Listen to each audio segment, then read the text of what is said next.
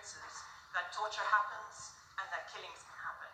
So at a minimum, an enforced disappearance, and if it's true that he was assassinated inside the embassy, then they would also be responsible for extrajudicial executions.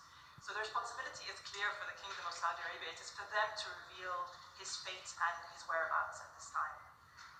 For days, Saudi Arabia has remained silent since its initial statements that Khashoggi had left the consulate shortly after he arrived and that the accusations of murder are baseless.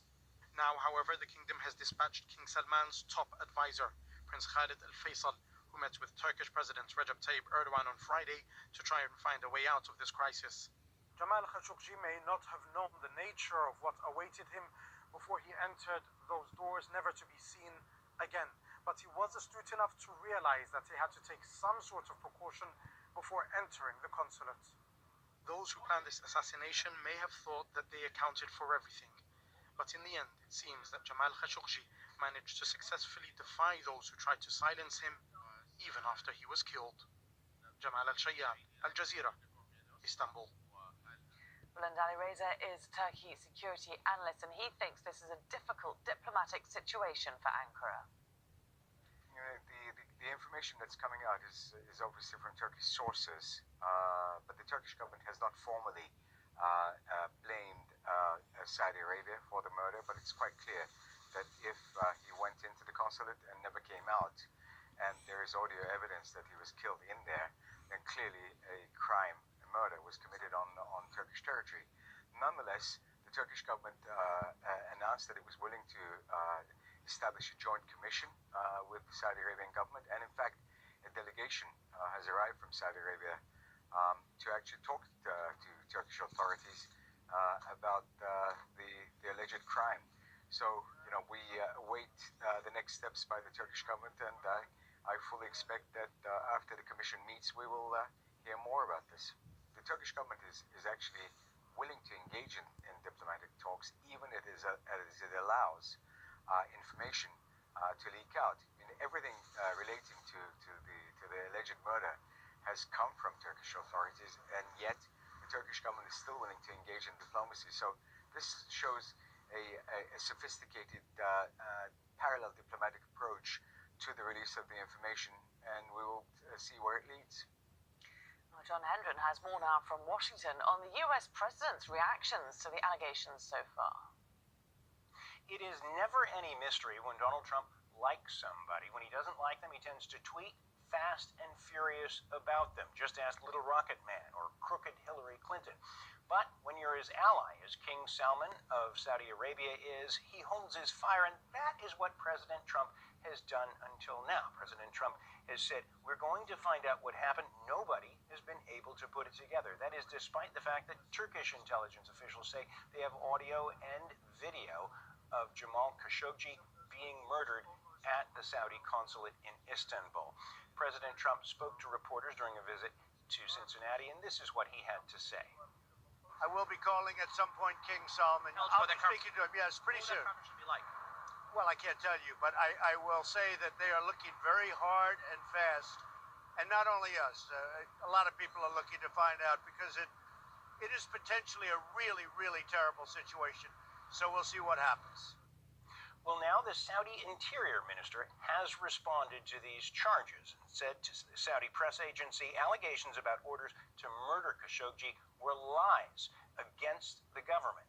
And he went on to say that Saudi officials say after he entered the Saudi consulate in Istanbul, Khashoggi left and was never seen from again.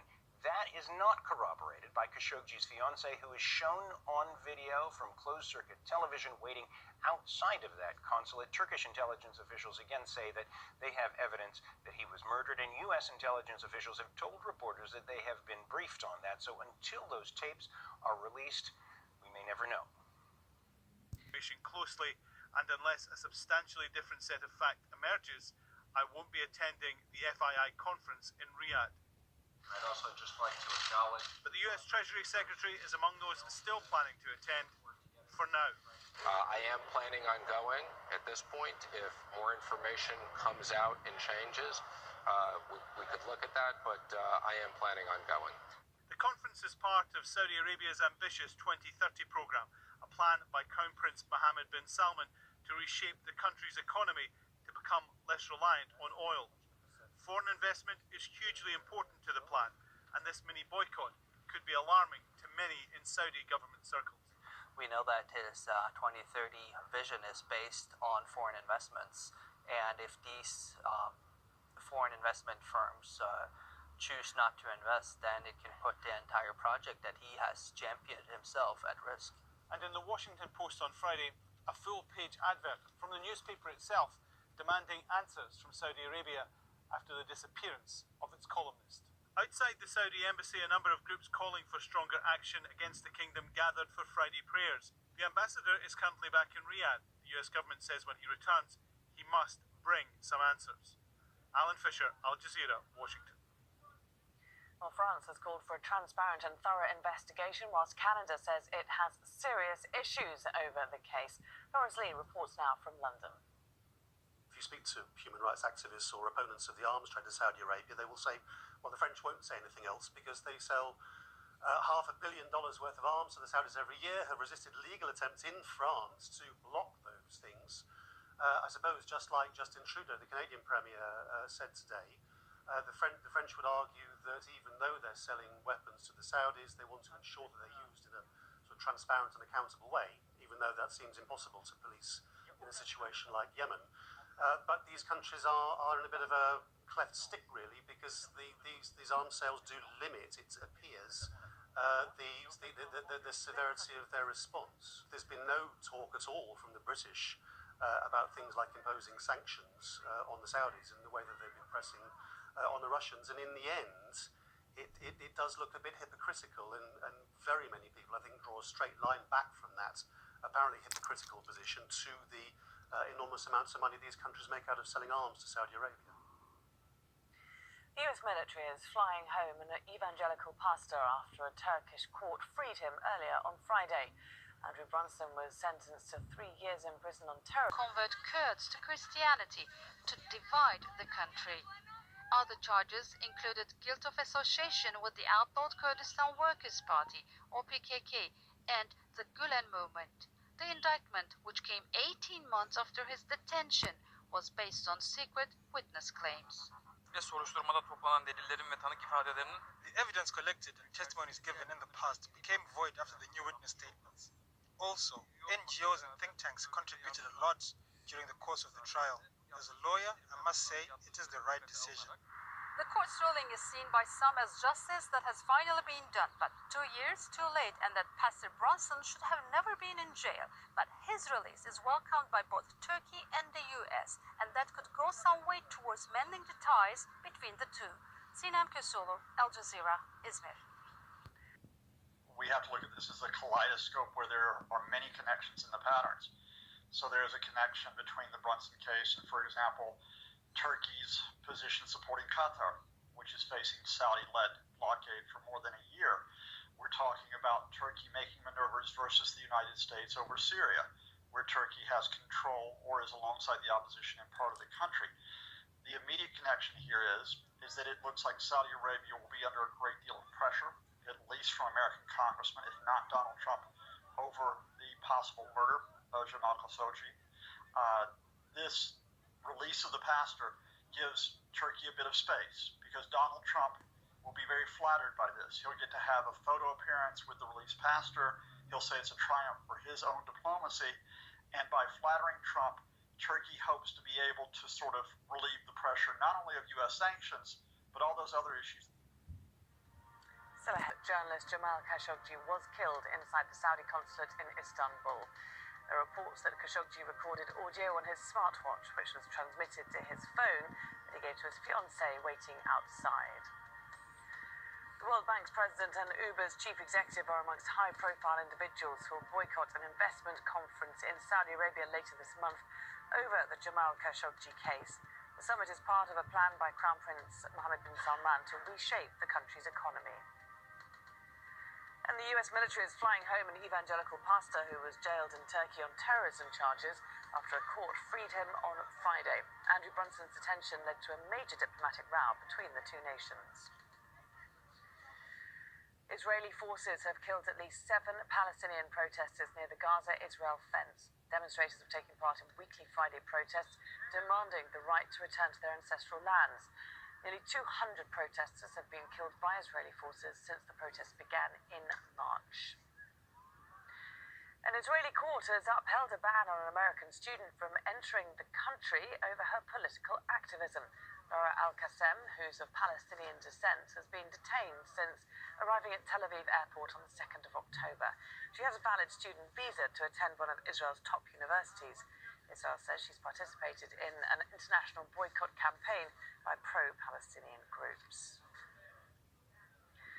Rescue teams in eastern Uganda are searching for survivors from a landslide that's killed at least 41 people in the Bududa region, which is close to the border with Kenya.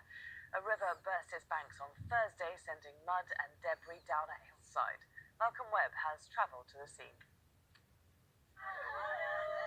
The pain of finding the body of a loved one pulled from the mud. Dozens of bodies have been found. Many more are missing. A whole community has been left in shock when 2 villages were devastated in a landslide in Bududa district in eastern Uganda. The rain was too much and we took shelter. Then my friend decided to go rescue his motorcycle. He saw a house being carried away by the mudslide. That's when he came back and we left quickly. But whoever remained behind was swept away. School children, those who were drinking, market vendors, they were all swept away by the rain. The River Sume burst its banks following hours of heavy rain. That triggered the landslide, which swept away an unknown number of houses. Rescuers have searched for survivors, but found mostly the bodies of the dead. We haven't estimated the number of those who are missing, because very many houses were swept down. So we are yet still assessing to know exactly how many were the houses which were swept down. And then from that basis, we could also be able to maybe estimate how many could be living in each and every house.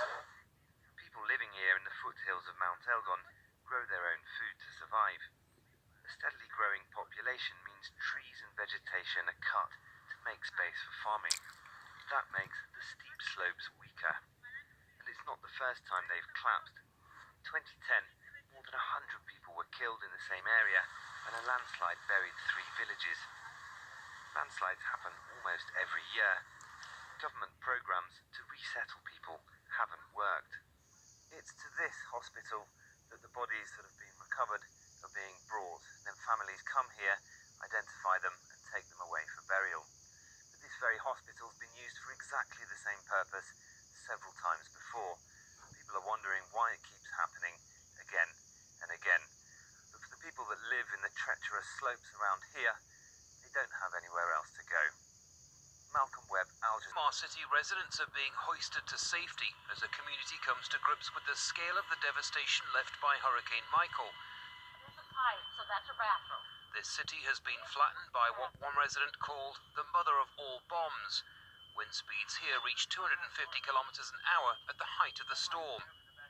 So this is basically our neighbor's tree. As you can see, it was uprooted completely and fell over on our concrete fence. Stephanie Caudry stayed to help sell hurricane supplies, but her home, like many others, has been badly damaged. She's now waiting for help, but feels fortunate to have survived. We've seen literally hundreds of people who've lost their home, and they're just walking around with just what little belongings they have left. So I'm feeling really thankful right now that we still have a standing structure and at least a place to lay our head right now. Over 1 million people across 6 states are without power, but in Panama City and nearby communities, the damage is far worse.